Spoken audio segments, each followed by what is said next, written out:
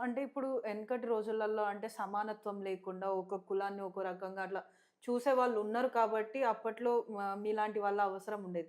ఇప్పుడు ఈ రోజులలో కూడా ఇంకా ఇలాంటి సమానత్వం కోసం పోరాడే రోజులున్నాయంటారా? అంటే అసమానత్వం ఉన్నది కాబట్టి పోరాడాల్సిందే గదా! అసమానత్వం ఉన్నది గదా! అసమానత్వం ఇప్పుడు స్త్రీలున్నారు. స్త్రీల పైన మరి పెత్తనం లేదా? సమాజంలో లేదా? సమాజంలో ఉన్నది. కుటుంబంలో ఉన్నది. కుటుంబంలో భర్తలు 199 మంది. 199 మంది స్త్రీలపైన అణచివేత ఉన్నది. పెత్తనం ఉన్నది. ప్రేమ ఉండొచ్చు. ప్రేమతో పాటుగా పెత్తనం ఎక్కువనే ఉంది. అణచివేత గూడా ఎక్కువనే ఉంది. అది అనేక రూపాల్లో అంటే స్త్రీలు గూడా కొన్ని సందర్భాల్లో అది అణచివేతగా భావించకుండా గూడా ఉండే విధంగా గూడా కొంతున్నది. అంటే అది ఒక అలవాటైపోయింది. భర్త పెత్తనాన్ని సహించడం అనేది ఒక అలవాటుగా మారిపోయిందది. కాబట్టి అంటే ఇది స్త్రీలు మాత్రమే కాదు. దళితులు గూడా అణచివేతకు గురవుతుండ్రు గదా! లేదా బీసీలు గూడా అణచివేతకు గురవుతుండ్రు గదా! బీసీల పైన అంటే ఒకనాటిలాగా లేని మాట వాస్తవమే. ఒకనాడులాగా ఒక వర్ణ పెత్తనము గ్రామాల్లో ఒకనాటిలాగా అంటాను నేను. లేదని కాదు, గ్రామాల్లో కూడా ఇప్పటికి ఉన్నది. ఇప్పటికి కూడా అగ్రకులాలున్నాయి. బ్రాహ్మణ, రెడ్డి, వెలమ, కమ్మ, మరి కింది కులాల పట్ల ఎట్లా వ్యవహరిస్తున్నారు? ఒక ఆర్థిక రంగంలో దోపిడీ ఉన్నది, అదొక విషయం. భావజాల రంగం లోపట కూడా రారా, పోరా, లేదా బూతు పదాలు తిట్టడం లేదా? లేదా కూర్చునే కాడ లేదా?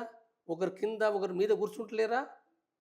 లేదా ఇంట్లోకి ఆహ్వానించే దాంట్లో పాటు కింది కులాలను, దళిత కులాలను ఇంట్లోకి ఆహ్వానిస్తుండ్రా? లేదా అగ్ర కులాలు కుర్చీలో కూర్చొని కింద కింద దళిత కులాలు కూర్చుంటం లేదా? అసమానత్వం లేదా? లేదా మహిళలు ఇప్పటికీ కూడా ఏంటంటే పురుషులు మాట్లాడే కాడ ఉంటుండ్రా? ఎంతమంది ఉంటుండ్రు? పక్కకుంటలేరా? దూరం జరగటం లేదా? పురుషులు మాట్లాడుకుంటప్పుడు వాళ్ళు వాళ్ళు పురుషులలాగా మాట్లాడుతుండ్రా? మాట్లాడిస్తుండ్రా? ఇది అంటే నేను చిన్న ఉదాహరణలు చెప్తున్నా నేను. అసమానత్వం అనేది అనేక రకాలుగా ఆర్థిక రంగంలో ఉంది. అంటే హెచ్చుతగ్గులు. ఆర్థిక రంగం అంటే భూమి, ఉద్యోగాలు, వివిధ విషయాల్లో కూడా హెచ్చుతగ్గులున్నాయి. మరి హెచ్చుతగ్గులున్నప్పుడు పోరాడతారు కదా! మాకెందుకు ఈ వాటా లేదు అనేది పోరాడరా? ఈవెన్ మహిళలకు కూడా మరి ఆస్తిలో కూడా హక్కే లేదు కదా! ఆస్తి హక్కు అని చెప్పి రాజ్యం, ప్రభుత్వాలు కల్పించినాయి. ఎన్టీఆర్ ప్రభుత్వం కావచ్చు, ఆ తర్వాత కేంద్ర ప్రభుత్వం కానీ స్త్రీలకు ఆస్తి హక్కు కల్పించింది. మరి వాళ్ళ ఎంతమంది ఆస్తి హక్కును అనుభవిస్తున్నారు మహిళలు? లేదు కదా! ఆస్తి అడుగుతే కూడా ఇవ్వటం లేదు కదా! పోరాడవచ్చు. కోర్టులో ఎన్ని కేసులున్నాయి?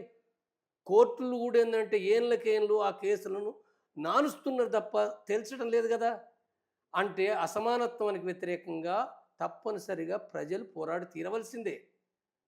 వాళ్ళు కమ్యూనిస్టులా, మార్క్సిస్టులా అని కాదు. వాళ్ళు ఏ రకమైన ఇష్టలైనప్పటికీ, మార్క్సిజం కానప్పటికీ, లేదా కొన్ని సందర్భాలు మార్క్సిజానికి వ్యతిరేకులే అయినప్పటికీ కూడా అనివార్యంగా వాళ్ళు పోరాడి తీరాలి. తప్పనిసరిగా పోరాడాలి. నువ్వు పోరాడకపోతే బానిసగా ఉంటావు అంతే. నువ్వు పోరాడలేదనుకో నువ్వు బానిసవే.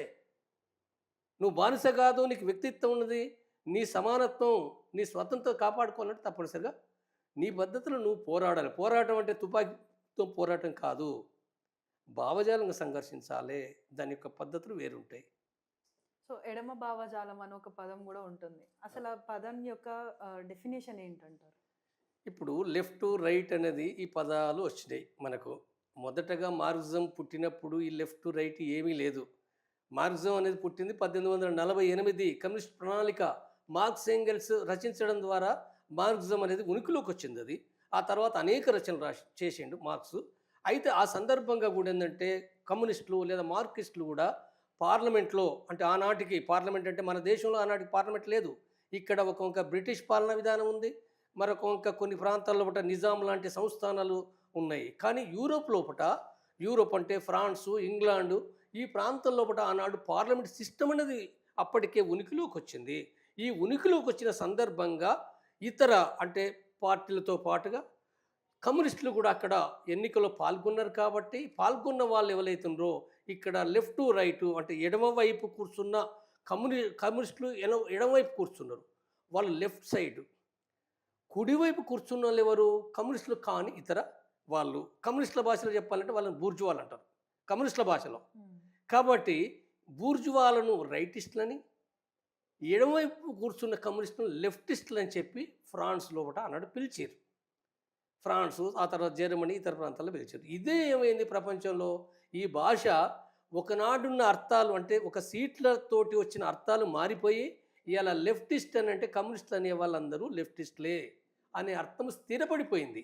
అంటే చరిత్ర లోపట ఇట్లా ఈ రకంగా చాలా అంటే పాతగా ఒకనాడు పెట్టిన పదాలు మారిపోయి కొత్త అర్థాలు వాటికి వస్తాయి. ఉదాహరణకు నక్సలైట్ల విషయంలో కూడా నక్సలైట్లు అనే పదం కూడా ఎట్లొచ్చింది? ఇది ఇందిరాగాంధీ పెట్టిన పేరే, లేదా ఆనాడు ప్రభుత్వం పెట్టిన పేరు.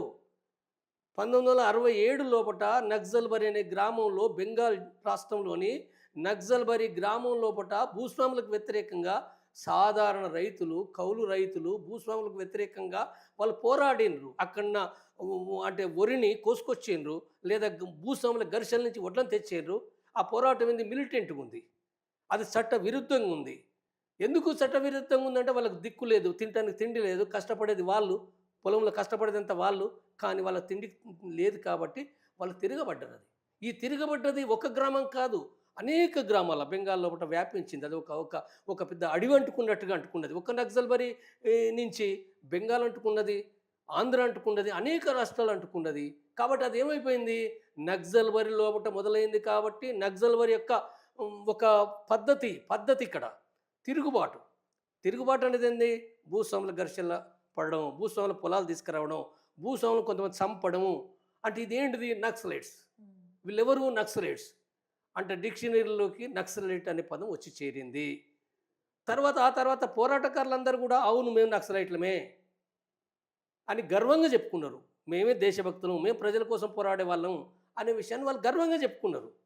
అంటే చరిత్ర లోపల ఆ పదం అట్లా వచ్చింది. అంటే చరిత్రలో రకరకాల పదాలు వస్తాయి. లెఫ్టిస్ట్, రైటిస్ట్ కూడా ఇదే చరిత్ర.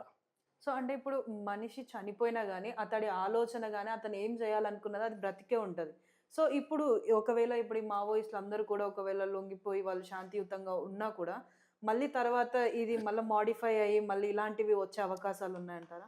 మాడిఫై అని అంటే ఇప్పుడు ఒకటి మావోయిస్టులు అంటే మనకు బ్రాండ్ ఏం చేసుకుంటున్నాం, డైరెక్ట్గా వెంటనే అంటే తుపాకులు పట్టుకుంటూ ఫస్ట్ మనకు అది వస్తుంది మావోయిస్టులు అనగానే.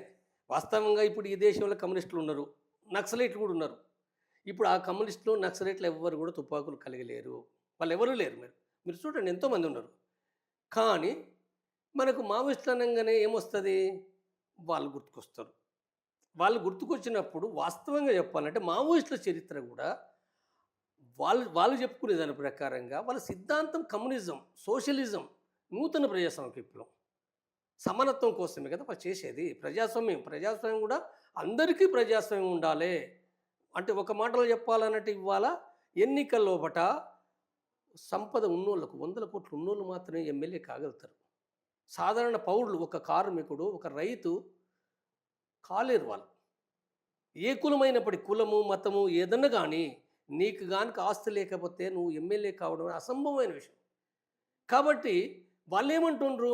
ఇది సాధారణ ప్రజలకు కూడిందండి ఈ ప్రజాస్వామ్యం. వాళ్ళు ఎన్నిక కాబడడానికి కానీ ఓటెక్కేయడానికి కాదు, ఓటెక్కేయడానికి ఉన్నది ఇవాళ. ఓటక్కు మాత్రమే కాదు, వాళ్ళు ఎన్నికల్లో పూట ఎమ్మెల్యే, ఎంపీ, ప్రధానమంత్రి, అధ్యక్షుడు కావడానికి సంబంధించిన ఆ వాతావరణం అంటే రాజ్యాంగంలో ఉందంటే లేదు, కానీ వాతావరణం అట్లా లేదు. కాబట్టి అలాంటిది ఏదైతుందో అది లేనప్పుడు ప్రజాస్వామ్యం లేదు కదా. కాబట్టి నిజమైన శ్రామికులకు సంబంధించిన ప్రజాస్వామ్యం కావాలి. ఆ ప్రజాస్వామ్యం కావాలనంటే ప్రజాస్వామ్యం కావాలి, సమానత్వం కావాలని వాళ్ళు చెప్తుంది. వాళ్ళు ఇది ఏ కమ్యూనిస్టులైనా అదే చెప్తారు. ఎవరైనా సిపిఐ వాళ్ళు, సిపిఎం వాళ్ళు, లేదా ఎంఎల్ పార్టీ వాళ్ళు, అనేక పార్టీలు ఉన్నాయి. అందరూ చెప్పే సిద్ధాంతం ఏంటంటే ఇదొక్కటే. ఈ సిద్ధాంతం ఇది అయినప్పటికీ వాళ్ళు ఎంచుకున్న పద్ధతి ఒక ఎత్తుగడే అంటారు దాన్ని. ఆ ఎత్తుగడ అనేది ఏంటంటే సాయుధ పోరాట పద్ధతి. కాబట్టి ఈ సాయుధ పోరాట పద్ధతి అనేది ఏందో ఇవాళ అంటే భారత రాజ్యాంగం ఏం చెప్తుంది? సాయుధంగా కాకుండా చర్చల ద్వారా, ప్రజాస్వామిక ప్రక్రియ ద్వారా సమానత్వం సాధించుకోవాలని భారత రాజ్యాంగం చెప్తుంది. కాబట్టి ఈ భారత రాజ్యాంగం చెప్తున్న దాన్ని ఏదైతుందో ఇవాళ శాంతి కమిటీ తరఫున నేను కూడా చెప్పేది ఏంటంటే, అంటే వాళ్ళు నిర్ణయించుకోవాలి, కానీ చెప్పేది ఏంటంటే ఇది ఈ విధానం అనే దాన్ని ఏంటంటే ఆలోచించాలని అందరం విజ్ఞప్తి చేస్తున్నాం. సరే, వాళ్ళు చర్చలకు వచ్చిన తర్వాత వాళ్ళు ఏం మాట్లాడతారనే వేరే విషయం. చర్చలకైతే రావాలి కదా ముందు. మాట్లాడడం ద్వారా వాళ్ళు మాట్లాడతారు, ప్రభుత్వం మాట్లాడుతుంది, పౌర మేధావులు మాట్లాడతారు. మాట్లాడే క్రమం లోపట అవన్నీ కూడా వాళ్ళు కూడా ఆలోచిస్తారు కదా. కాబట్టి ఈ ప్రక్రియ జరగాలి. ఇది అంటే ఇక్కడ మనం ఈ ఆయుధాలు అనేది ఏందో, ఆయుధాలు ఒకనాడు బ్రిటిష్ కాలంలో పోరాడినరు, అది సరైందే. అంటే భగత్ సింగ్ కూడా పోరాడింది కదా, మనం భగత్ సింగ్ను కూడా మనం గుర్తిస్తాం కదా. లేదా భగత్ సింగే కాదు, 1857 నుంచి ఈ దేశం లోపట ఝాన్సీ లక్ష్మీబాయి కూడా తిరుగుబాటు చేసింది. ఆమె ఒక రాణి. ఆ తర్వాత అనేక మంది తిరుగుబాటు చేసిండ్రు. అల్లూరు సీతారామరాజు పోరాడిండు, కొమురం భీం పోరాడిండు. లేదా తెలంగాణ సాయుధ పోరాటం కూడా కొనసాగింది ఇక్కడ. కాబట్టి సాయుధ పోరాట చరిత్ర ఒకనాడు ఉన్నది. సరే, ఒకనాడు నక్సల్బరీ చరిత్ర కూడా ఏంటంటే అదొక సాయుధ పోరాటంగా కొనసాగింది. కాబట్టి ఇది ఏదైతే ఉందో ఇవాళ సాయుధ పోరాటం అవసరమా లేదా అనే విషయాన్ని ఏంటంటే వాళ్ళు కూడా చెప్తారు కదా. వాళ్ళు ఇప్పుడు ఎవరైతే పౌర మేధావులు ప్రభుత్వాలు చెప్తున్నాయో వాళ్ళు కూడా చెప్తారు. కాబట్టి అప్పుడు ఆ క్రమంలో ఒకటి ఆలోచించుకోవచ్చు. సాయుధ పోరాటం తప్పనిసరిగా ప్రతి సందర్భంలో అవసరమేమి లేదు నా దృష్టి ప్రకారంగా. కాబట్టి ఇది నేను చెప్పే విషయం. సో అంటే ఇప్పుడు ఎన్కౌంటర్ ఒక ప్లేస్‌లో జరిగినప్పుడు అక్కడున్న మావోయిస్టులు వాళ్ళని వాళ్ళు రక్షించుకోవడానికి వేరే ప్లేసెస్‌కి వెళ్తా ఉంటారు. ఆ, అలా వెళ్తున్నప్పుడు కూంబింగ్ నిర్వహించిన పోలీసులకి వాళ్ళు దొరికిపోవడం వల్లనే ఈ ఎన్కౌంటర్స్ అనేవి ఇంకెక్కువైతున్నాయి అనుకోవచ్చా? ఇప్పుడు ఒకటి ఏందనంటే దొరికిపోవడం అనేది అంటే దొరికిపోవడం మూలంగా అంటే వాళ్ళు చెప్తున్నది. ఇప్పుడు ఇక నేను పాతగానే మాట్లాడిన, ఇప్పుడు పీస్ కమిటీగా మాట్లాడాలి కాబట్టి నేను అంటే వస్తున్న వార్తలు కొన్ని సందర్భాల్లో నిజమైన ఎన్కౌంటర్ జరిగినాయి ఉన్నాయి. నిజమైన అంటే మొదటగా 4 నెలల క్రితము ఛత్తీస్గఢ్ మన మాడ్లో కూడా జరిగింది నిజమైన ఎన్కౌంటరు. లేదా ఒరిస్సా బార్డర్లో జరిగింది.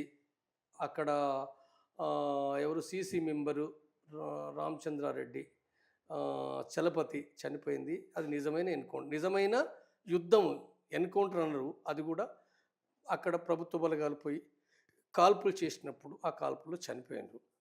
కానీ ఆ తర్వాత అంటే వివిధ సంఘటనలో కూడా సాధారణ పౌరులను, ఆదివాసీ ప్రజలను కూడా చంపుతున్నారు అనేది ఒక తీవ్రమైన ఆరోపణలు కూడా వస్తున్నాయి.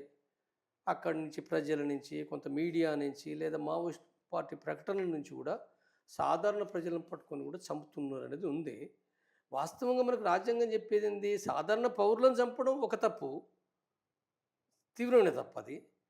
అంతకంటే ముఖ్యంగా అసలు నువ్వు మావోయిస్టులు ఆయుధాలు కలిగి ఉన్నప్పటికీ అది వాళ్ళపైన తీవ్రంగా బాంబింగ్ చేయడం కానీ, లేదా అంటే వందల కొద్ది ఆయుధాలు ఎక్కుపెట్టి కాల్పులు చేయడం, చంపడం అనేది కూడా ఇది కూడా సరైన విధానం కాదు. ఇది రాజ్యాంగానికి భిన్నమైంది. కాబట్టి సరే, ఏమైనప్పటికీ అంటే ప్రభుత్వాలు చెప్పేది వాళ్ళు మా పైన కాల్పులు చేస్తుండ్రు కాబట్టి మేము చట్టాన్ని అమలు చేయడంలో భాగంగా మేము చేస్తున్నాం, పోతున్నామని చెప్తుండ్రు. పోనీ ఇప్పటికైనా మేము ఏం చెప్తున్నానంటే మీరు కాల్పులు విరమించండి. మేము చెప్పేది ఏంటంటే ఆ చర్చలు, పాత చర్చలు అక్కడ పక్కకు పెడదాం. మీరు కాల్పులు విరమించండి, మీరు చర్చలకు సిద్ధపడండి. దాని ద్వారా ఇప్పుడు ఒక అవకాశం వచ్చింది కాబట్టి రాజ్యానికి శాంతియుతంగా ఉండాలనే కోరుకుంటుంది కదా రాజ్యం అంటే. ప్రభుత్వం కోరుకోవాలి కదా. మీరు అది కోరుకుంటే రాజ్యానికి ఉపయోగం కదా. శాంతియుతంగా అభివృద్ధి కార్యక్రమాలు చేయవచ్చని చెప్తున్నారు కాబట్టి మీరు తప్పనిసరిగా శాంతి చర్చలకు సిద్ధపడండి. అది ఉపయోగం కదా.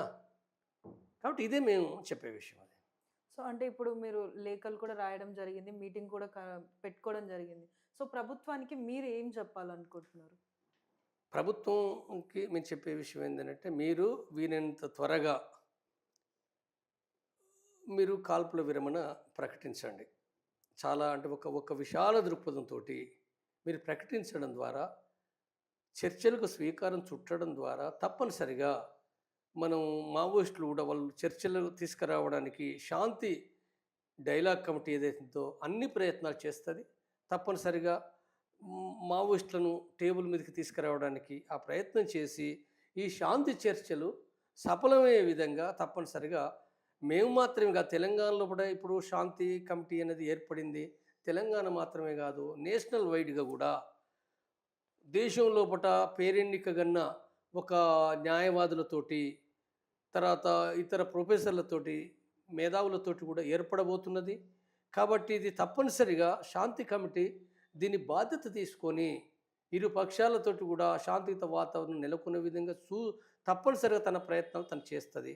కాబట్టి ముందుగా ప్రభుత్వం మీరు దీన్ని స్పందించాలన్నది మేము కోరుతున్నాం. Thank you so much sir, చాలా బాగా చెప్పారు. సో చూస్తున్నారు కదా, అంటే ఏదైతే ఇప్పుడు కాల్పులు జరుగుతున్నాయో ఆ కాల్పులన్నీ కూడా విరమించుకోవాలి. ఏదైతే ఇప్పుడు శాంతి డైలాగ్ పీస్ డైలాగ్ కమిటీ ఏదైతే ఉందో ఆ కమిటీ ద్వారా మేము అందరం కోరుకునేది కూడా ఒకటే. ఈ కాల్పులన్నీ విరమించిన తరువాత మేము శాంతియుతంగా వచ్చి ఇరుపక్షాలు, ఇటు ప్రభుత్వమైనా కూడా అటు మావోయిస్టుల పార్టీకి సంబంధించిన వాళ్ళైనా కూడా వచ్చి శాంతియుతంగానైతే చర్చలు జరిపించి దాని తర్వాత నిర్ణయం తీసుకుందాం. ఎందుకు అనంటే ఇటు మావోయిస్టుల పైన జరిపే ఎన్‌కౌంటర్స్‌లలో అమాయకపు ప్రజలు కూడా చనిపోతున్నారు కాబట్టి ఇలాంటివి జరగకుండా ఉండడం కోసమైతే ఈ శాంతియుత చర్చలకి ముందుకు రావాల్సిందిగానైతే కోరుతున్నామని చెప్పేసి జంపన్న గారు చెప్తున్నారు. For more videos like this, subscribe Big TV channel.